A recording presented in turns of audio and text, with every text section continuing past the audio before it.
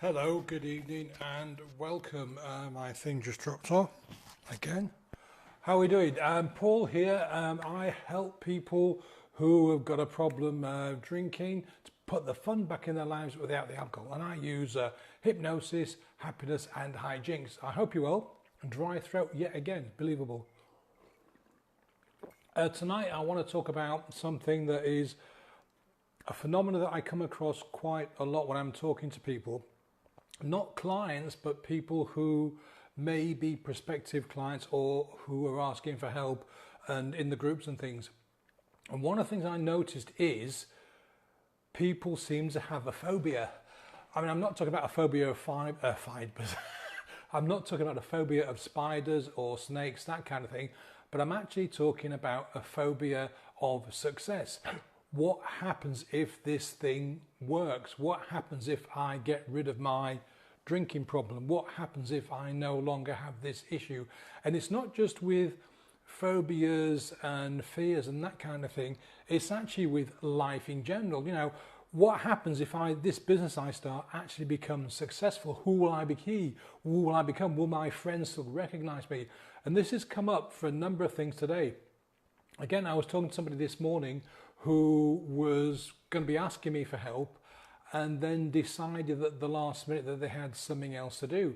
And I sort of managed to get hold of them a little bit later on in the day, and they sort of said to me, well, Paul, what it is it doesn't matter. I'm okay with it. It's fixed, you know, it's like I can deal with it. And I'm going, that's a bit weird, because like 2 hours ago you were telling me it was a real problem, it was really screwing up your life, but all of a sudden you can deal with it. And after the conversation finished, I recognised that I'd seen this thing before. And basically the person I was talking to had this really strange notion that they would become a different person when their problem was sorted. And they're right. They will become a different person in the sense they'll become a better person. They'll feel better. They'll feel happier. They'll have this great weight lifted off their shoulders and they're able to get on with things. But somewhere inside they're not able to recognize this, and it's really strange because it sort of filters between people. Some people come to me and they are desperate, they want rid of it, they want it sorted, they want it gone, yeah, and I can work with that kind of person and we get things sorted out relatively smoothly. I was reading today about what's her name, this lady called Gemma Collins. I mean, I don't know much about reality TV, but apparently she was big in reality TV and she got kicked off one show and had all sorts of problems and issues and was declared bankrupt and this, that and the other. But now she's back on the scene, she's getting her own TV show quite possibly, and people are throwing money at her. That kind of person doesn't have a phobia to success.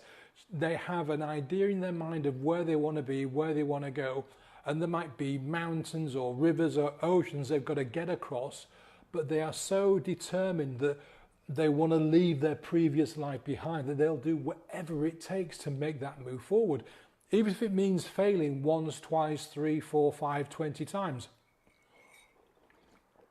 Now, the most unpopular person of the moment, probably on the entire planet, is Donald Trump, President of the United States. Now, I'm not doing politics here. What I want to talk about is this guy has failed multiple times and has lost probably billions and billions of dollars of his and other people's money time and time again. Yet he keeps coming back, he keeps pushing forward, and now he's the President of the United States. Talk about someone who is determined to get to a specific goal and will not let anything get in their way, which is the polar opposite. I mean, if you look at the post I made to advertise this live tonight, we've got a person curled up in a ball because, you know, they suddenly thought, oh my God, what happens if this works? What will I become? If I quit drinking, will I become this will I become this boring, antisocial, never go out, no life kind of person? You know, if I suddenly stop smoking, will I miss out on all the gossip at work because I won't be able to go out with the smokers at lunchtime?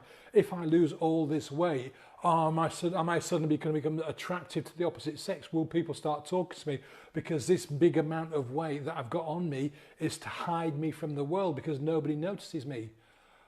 These are all the things that are going through people's head because they don't know that the other side can be absolutely amazing, it can be outrageous, it can be brilliant. And I've had this problem because time and time again, I've screwed things up, you know, I don't know how many times I've screwed things up. And it's not deliberate, but on reflection, I'm thinking to myself, why did I do that? And I'm looking at it, I'm going, why did I do that? And I realize it's because I haven't accepted the possibility of what's on the other side. What happens if it works? And now, because I'm continuously doing work on myself and I'm, you know, trying to sort of improve and change and do better in my life. And I've come to realize that one of the big hurdles that I'm still working on is this what happens if it works thing.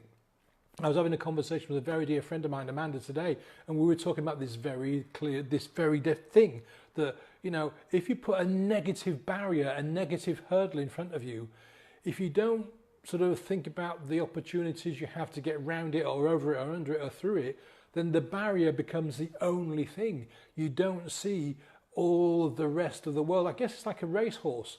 You know, with racehorses, they put blinkers on them so that when they put them in the box at the start and when they start racing, they don't see the crowds, they don't see the ambulance along the side, they don't see anything, they don't see the horses.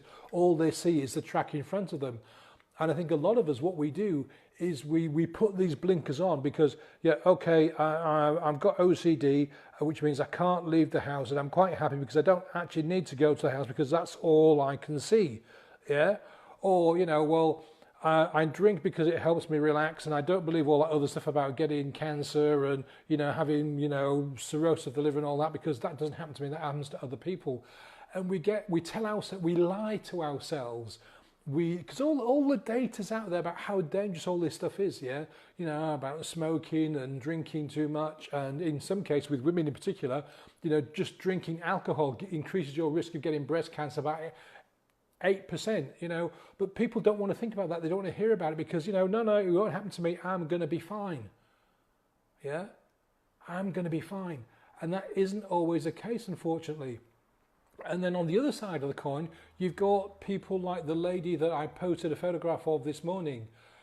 She's got a scar right down across her belly, a big nasty scar, and she's had sort of words tapes across her belly, and then the photographer's taking a picture.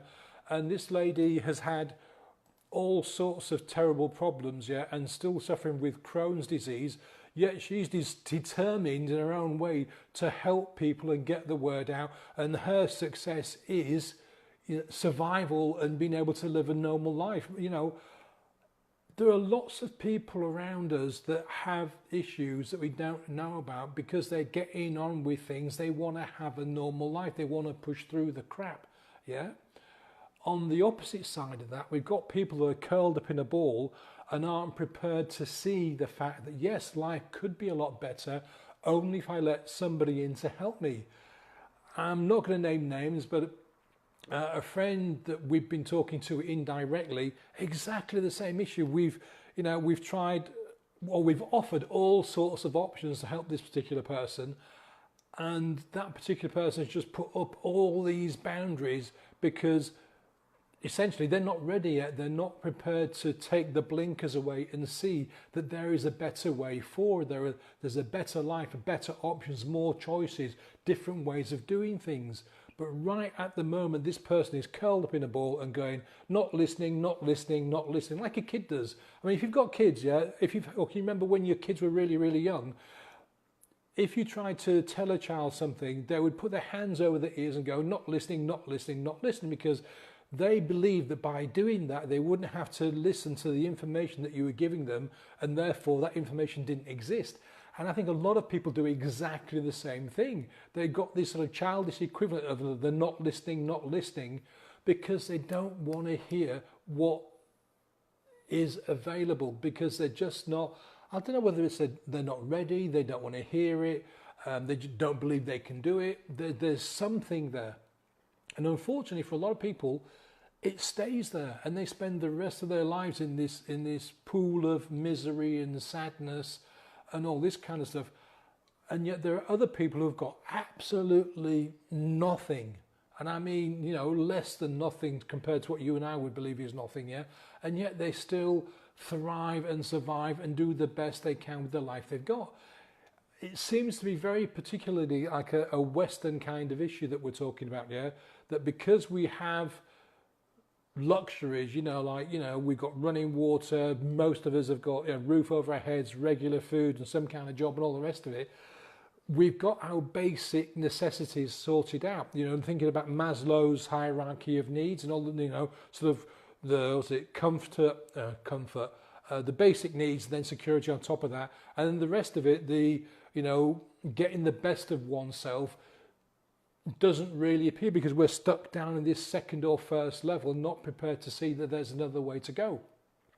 So if you've got a friend that, you think is it stuck in this, talk to them, find out why they think they're stuck. Maybe you might be able to help them, maybe point them in the right direction. That doesn't mean pointing them to me because I might not be able to help them. Some people I can, absolutely, but there's a whole world of help out there for people that are willing to listen and learn and take on board some tips and do stuff.